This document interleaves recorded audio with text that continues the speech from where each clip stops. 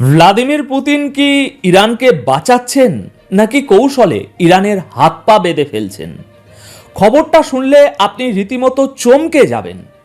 একদিকে রাশিয়া ইরানের কাছে তাদের সবচেয়ে বড় হাতিয়ার এনরিচ ইউরেনিয়াম চেয়ে বসেছে, আর অন্যদিকে তেহরান থেকে সরাসরি ওয়াশিংটনকে বার্তা দেয়া হয়েছে একটা ভুল করবে আর পৃথিবীর ম্যাপে কোনো আমেরিকান আর নিরাপদ থাকবে না। সবাই যখন ভাবছে যুদ্ধটা শুধু মিসাইল আর ড্রোন দিয়ে হবে, ঠিক তখনই পর্দার আড়ালে এমন এক খেলা শুরু হয়েছে যা তৃতীয় বিশ্বযুদ্ধের সলতে আগুন দেওয়ার জন্য ভাই যথেষ্ট। পরিস্থিতি কতটা ভয়ঙ্কর হতে যাচ্ছে সেটা বোঝার জন্য আজকের এই 5টি পয়েন্ট খুব মন দিয়ে শুনুন। আজকের প্রথম এবং সবচেয়ে বড় ব্রেকিং, রাশিয়া সরাসরি ইরানের কাছে প্রস্তাব দিয়েছে তাদের সমস্ত এনরিচড ইউরেনিয়াম মস্কোর হাতে তুলে দিতে। কেন হঠাৎ পুতিন এই প্রস্তাব দিলেন? এটা কি আমেরিকার সাথে কোনো ডিল, নাকি বন্ধুকে বাঁচানোর শেষ চেষ্টা? দ্বিতীয় খবর, ইরানের সেনাপ্রধান জেনারেল মোসাভি সরাসরি গতকাল হুমকি দিয়েছেন নো আমেরিকান সেফ, অর্থাৎ যুদ্ধ শুরু হলে আমেরিকার কোনো নাগরিক সে যেখানেই থাকুক নিরাপদ নয়। এই আত্মবিশ্বাসের উৎস কি?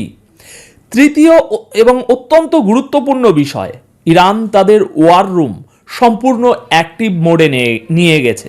আইআরজিসি বলছে জবাব এবার আর হুঁশিয়ারিতে আটকে থাকবে না, সরাসরি ব্যাটেল ফিল্ডে দেখা হবে। চতুর্থ খবর, বিশ্ব অর্থনীতির lifeline state of Hormuz, Iran ঘোষণা দিয়েছে এই চাবি এখন পুরোপুরি তাদের পকেটে, অর্থাৎ তারা চাইলে এক নিমেষেই বিশ্বের আলো নিভিয়ে দিতে পারে।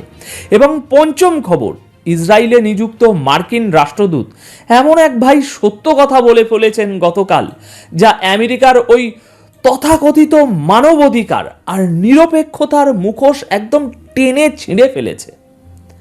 আজকের ভিডিওতে কোনো ভনিতা নেই, কোনো গ্রাফিক্সের কারসাজি নেই, শুধু লজিক, ফ্যাক্টস এবং জিওপলিটিক্সের নিরেট সত্য।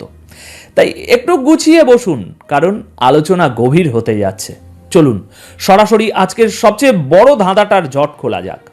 ক্রেমলিন থেকে একটি খবর লিক হয়, যা পরে দিমিত্রি পেসকেভ মানে পুতিনের মুখপাত্র কনফার্ম করেন। রাশিয়া ইরানকে বলছে, বন্ধু, তোমার কাছে যা এনরিচ ইউরেনিয়াম আছে, যা দিয়ে তুমি নিউক্লিয়ার বোমা বানাতে পারো, সেটা আমার কাছে জমা দাও।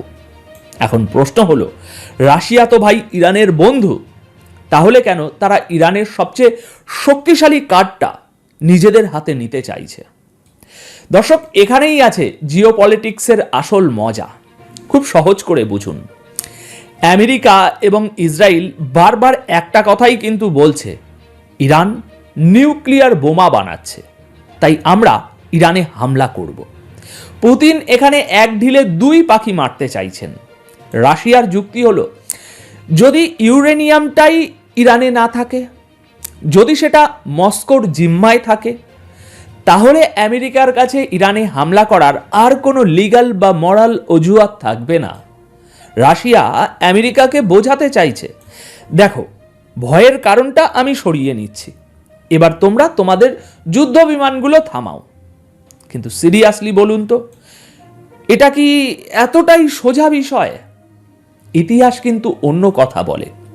আপনাদের লিবিয়ার গাদ্দাফির কথা মনে আছে? 2003 সালে গাদ্দাফি পশ্চিমাদের বিশ্বাস করে নিজেদের পরমাণু কর্মসূচি বন্ধ করেছিল। বিনিময়ে কি পেয়েছিলেন? 2011 সালে তাকে রাজপথে হত্যা করা হয়েছিল। ইউক্রেনের কথা মনে আছে? 1994 সালে বুদাপেস্টে মোমেন্ডামে সই করে ইউক্রেন তাদের নিউক্লিয়ার অস্ত্র রাশিয়ার হাতে তুলে দিয়েছিল নিরাপত্তার গ্যারেন্টির বিনিময়ে।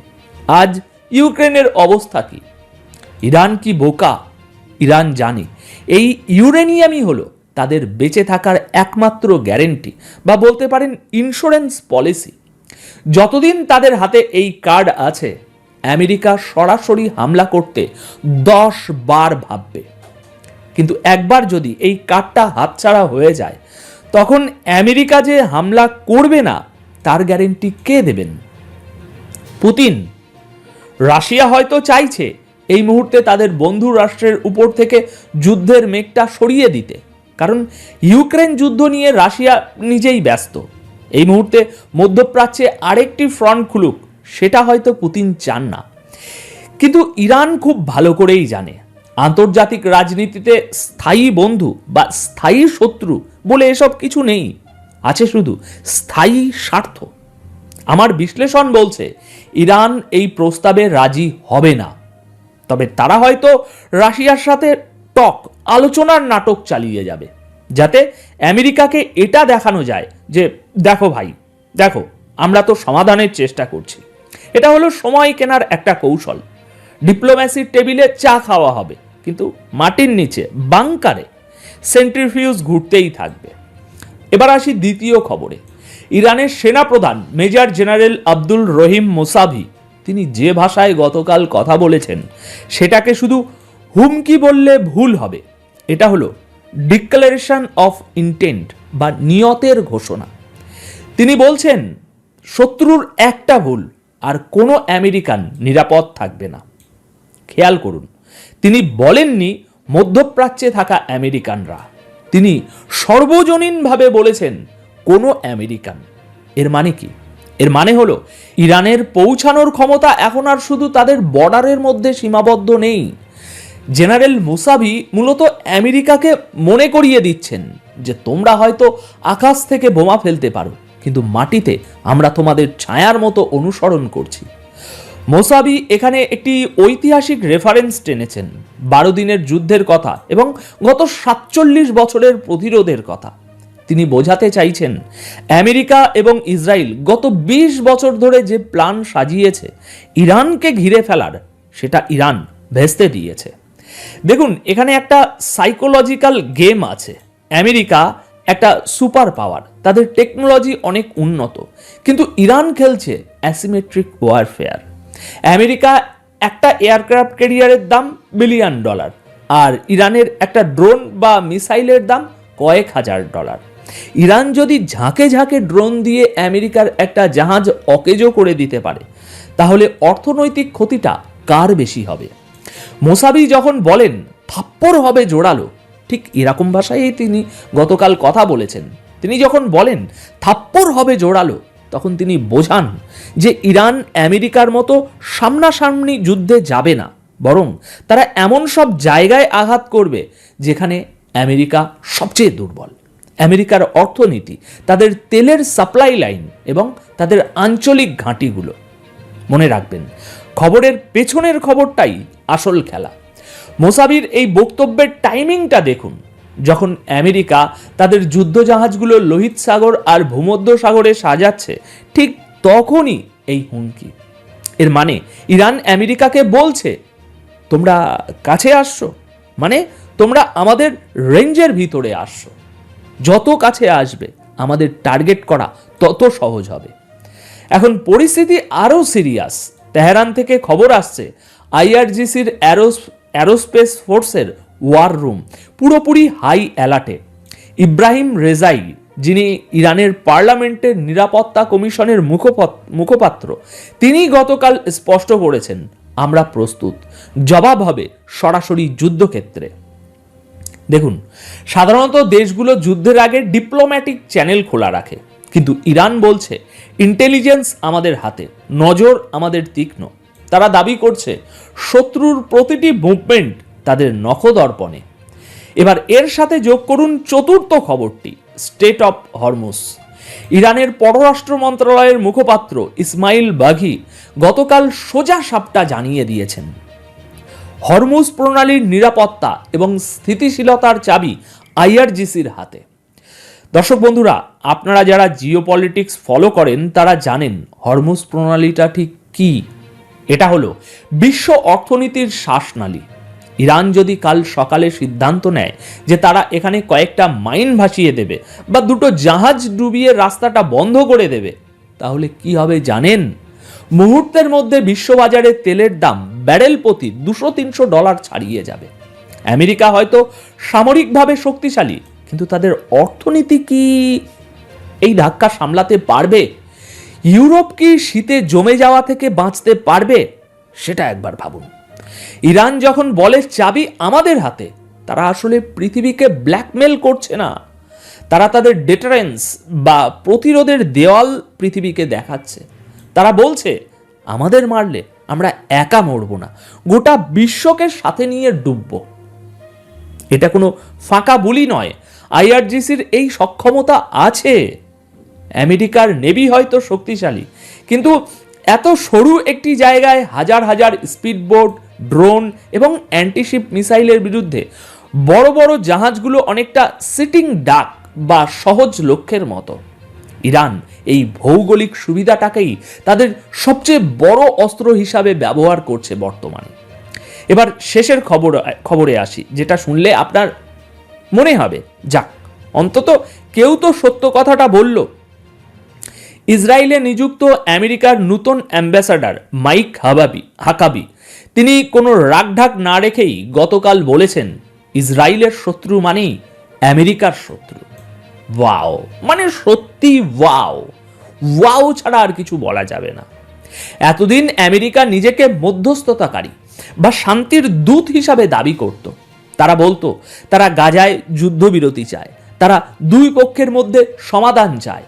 কিন্তু মাইক হাগাবির এই একটা লাইন আমেরিকার সেই সব ভণ্ডামির মুখোশ একেবারে টেনে হিঁচড়ে খুলে দিয়েছে। যদি ইসরায়েলের শত্রু আমেরিকারও শত্রু হয়, তাহলে গাজার সাধারণ মানুষ যাদের ইসরায়েল শত্রু মনে করে, তারাও কি আমেরিকার শত্রু? যে হাজার হাজার শিশু মারা যাচ্ছে, আমেরিকা কি তাদেরও শত্রু হিসাবেই দেখছে? তাহলে ওই যে ত্রাণ পাঠানোর নাটক, ওই যুদ্ধবিরতির আলোচনা, সবই কি আইওয়াস? লজিকটা আরো গভীরে নিয়ে যান। ইসরায়েল তো কাতারকেও মাঝে মাঝে দোষারোপ করে, তাই না? কাতার, যেখানে আমেরিকার মধ্যপ্রাচ্যের সবচেয়ে বড় ঘাঁটি অবস্থিত। তাহলে মাইক হাগাবির সূত্র অনুযায়ী কাতারও কি আমেরিকার শত্রু? আসলে এই বক্তব্যের মাধ্যমে আমেরিকা এবং ইসরায়েল অফিসিয়ালি নিজেদের এক এবং অভিন্ন সত্তা হিসাবে ঘোষণা করলো গতকাল। ইরানকে তারা বার্তা দিচ্ছে, তোমরা যদি ইসরায়েলে একটা ঢিলও মারো, সেটা আমরা হোয়াইট হাউসে হামলা হিসাবে গণ্য করব। এতে সংঘাতের ঝুঁকি কি কমলো দর্শক? একদমই না, বরং এটা ছোটখাটো কোনো ভুল বোঝাবুঝি বা বর্ডারে কোনো ছোট সংঘাত, একটা ছোট সংঘাত সরাসরি ইরান বনাম আমেরিকার যুদ্ধের রূপ নিতে পারে। আমেরিকা নিজেকে এমন এক জায়গায় বেঁধে ফেলল যেখানে ইসরায়েলের যে কোনো বেপরোয়া সিদ্ধান্তের দায় আমেরিকাকে নিতে হবে এবং তার জন্য রক্তও দিতে হবে। তো দর্শক, এখন পুরো ছবিটা পরিষ্কার। একদিকে রাশিয়া চেষ্টা করছে ইরানের হাত থেকে নিউক্লিয়ার ট্রিগার সরিয়ে নিতে, যাতে যুদ্ধটা ইরানও যায়। অন্যদিকে ইরান বলছে আমাদের বিশ্বাস করো না, ঠিক আছে, আমরা ওয়ার রুম রেডি রেখেছি এবং তেলের চাবি পকেটে নিয়ে বসে আছি। আর আমেরিকা জানিয়ে দিল তারা ইসরায়েলের ছায়া হয়েই থাকবে। এখন আপনাদের কি মনে হয়, ইরান কি রাশিয়ার কথা শুনে তাদের ইউরেনিয়াম মস্কোকে দিয়ে দেবে, নাকি গাদ্দাফির পরিণতি মনে রেখে তারা এটা আঁকড়ে ধরে রাখবে? কমেন্ট বক্সে আপনাদের মতামত অবশ্যই জানাবেন। আমি প্রতিটি কমেন্ট পড়ার চেষ্টা করি, কারণ আপনাদের বিশ্লেষণগুলো অনেক সময় আমাদের চেয়েও ধারালো হয়। ভিডিওটি যদি ভালো লাগে, আপনার মনে হয় যে আপনি নতুন কিছু জানতে পেরেছেন, তাহলে অবশ্যই একটি লাইক দিন এবং আপনার বন্ধুদের সাথে শেয়ার করুন। মনে রাখবেন, সত্য খবর ছড়িয়ে দেওয়াটাও কিন্তু এক ধরনের যুদ্ধ। দেখা হবে পরের প্রতিবেদনে। ততক্ষণ পর্যন্ত চোখ খোলা রাখুন, কারণ খবরের পেছনের খবরটাই আসল খেলা। ধন্যবাদ আপনাদের সকলকে।